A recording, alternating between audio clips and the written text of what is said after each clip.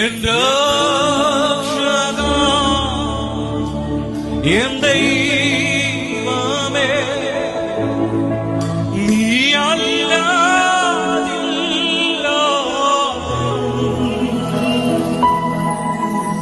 എന്നേശുമാ മാറിയെനിക്ക്.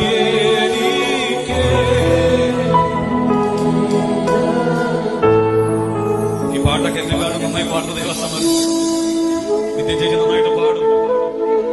പക്ഷെ എനിക്ക് എത്ര പേരുകളിൽ ഈ പാട്ട് പാടിയാൽ കുതിരിയിടത്തില്ല. അത്രമാത്രം ദൈവസ്നേഹം ഈ വരികൾ നിറഞ്ഞു നിൽക്കുന്നുണ്ട്.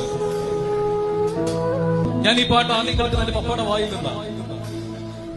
പാലക്കാട് കഞ്ഞിക്കോട് എന്ന് പറഞ്ഞ സ്ഥലത്ത് ശുശ്രൂഷയോടുള്ള ബന്ധത്തിൽ ട്രാൻസ്ഫർ ആയി ഞങ്ങൾ അവിടെ ചെല്ലുമ്പോൾ സഭ എന്ന് പറയുന്ന ഒരു സാധനം അവിടെ ഇല്ല. ഒരു ബിൽഡിംഗ് പോലും ഇല്ലാത്തൊരു സ്ഥലം. തമിഴ് വിശ്വാസികൾ തിങ്ങിപ്പറക്കുന്ന ഒരു സ്ഥലമായിരുന്നു. എന്റെ പപ്പയ്ക്ക് വലിയ ദർശനവും കാഴ്ചപ്പാടുള്ള ഒരു മനുഷ്യൻ, അത്രയൊന്നും എനിക്കില്ല.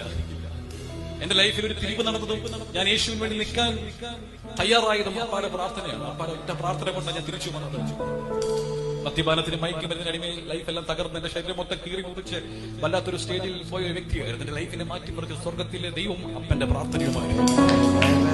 പാലക്കാട് ചെല്ലുമ്പോൾ സഭയില്ല. എന്റെ പപ്പയ്ക്കകത്ത് വലിയ ദാഹം. ഒരു ചർച്ച പണിതു, ഓലമേഞ്ഞൊരു ചർച്ച അവിടെ പണിതു. ഓലമേഞ്ഞ് ചർച്ച പണിതപ്പോൾ മഴ പെയ്യുമ്പോൾ, ശക്തമായ മഴ പെയ്യുമ്പോൾ ഈ ഓലയിൽ കൂടെ എല്ലാം വെള്ളം ഇറങ്ങി. നമ്മുടെ തമിഴ് വിശ്വാസികൾ എന്ന് പറഞ്ഞാൽ ഭയങ്കര സിൻസിയറാണ്. നിങ്ങൾ സിൻസിയർ അല്ലെന്നല്ല ഞാൻ പറയുന്നത്, അവർ കുറച്ചും കൂടെ ഭയങ്കര സിൻസിയറാണ്. നമ്മൾ എന്ത് പറഞ്ഞാലും ആമയും പറയും, എന്ത് പറഞ്ഞാലും ഗ്ലോറി പറയുന്ന നല്ല വിശ്വാസികൾ. അവർ വന്ന് ആരാധിച്ച് മടങ്ങി പോകുമ്പോൾ ഈ ചാണകം വിഴുകിയ തറയായിരുന്നു. ദേഹം മൊത്തം ഈ വെള്ള ഡ്രസ്സിനകത്ത്, വെള്ള സാരിക്കകത്ത് ഈ ചാണകം പറ്റി ഈ റോഡിലൂടെ പോകുമ്പോൾ അല്ലാത്ത കളിയാക്കുകൾ, അവമാനങ്ങൾ കിട്ടുന്നു. അത് ഭയങ്കരമായി ചോദ്യങ്ങൾ വന്നതുകൊണ്ട് പപ്പ പെട്ടെന്ന് ഒരു ചർച്ച് വാർക്കാൻ തുടങ്ങി. ബിൽഡിംഗ് ചെയ്ത് വാർത്തു, മേളിൽ ഷീറ്റിട്ടു. അന്ന് രാത്രി ഞാൻ എന്റെ അപ്പയും കൂടെ കഞ്ചിക്കോട് ചന്തയിൽ പോകുന്ന സമയത്ത് രാത്രിയിൽ കുറച്ച് സുവിശേഷ വിരോധികൾ എന്റെ അപ്പനെ 4ാം ക്ലാസ്സിൽ പഠിക്കുന്ന എന്റെ മുമ്പിലിട്ട് അപ്പനെ വല്ലാതെ തല്ലിച്ചതച്ചു. രാമി പറഞ്ഞാട്ടെ.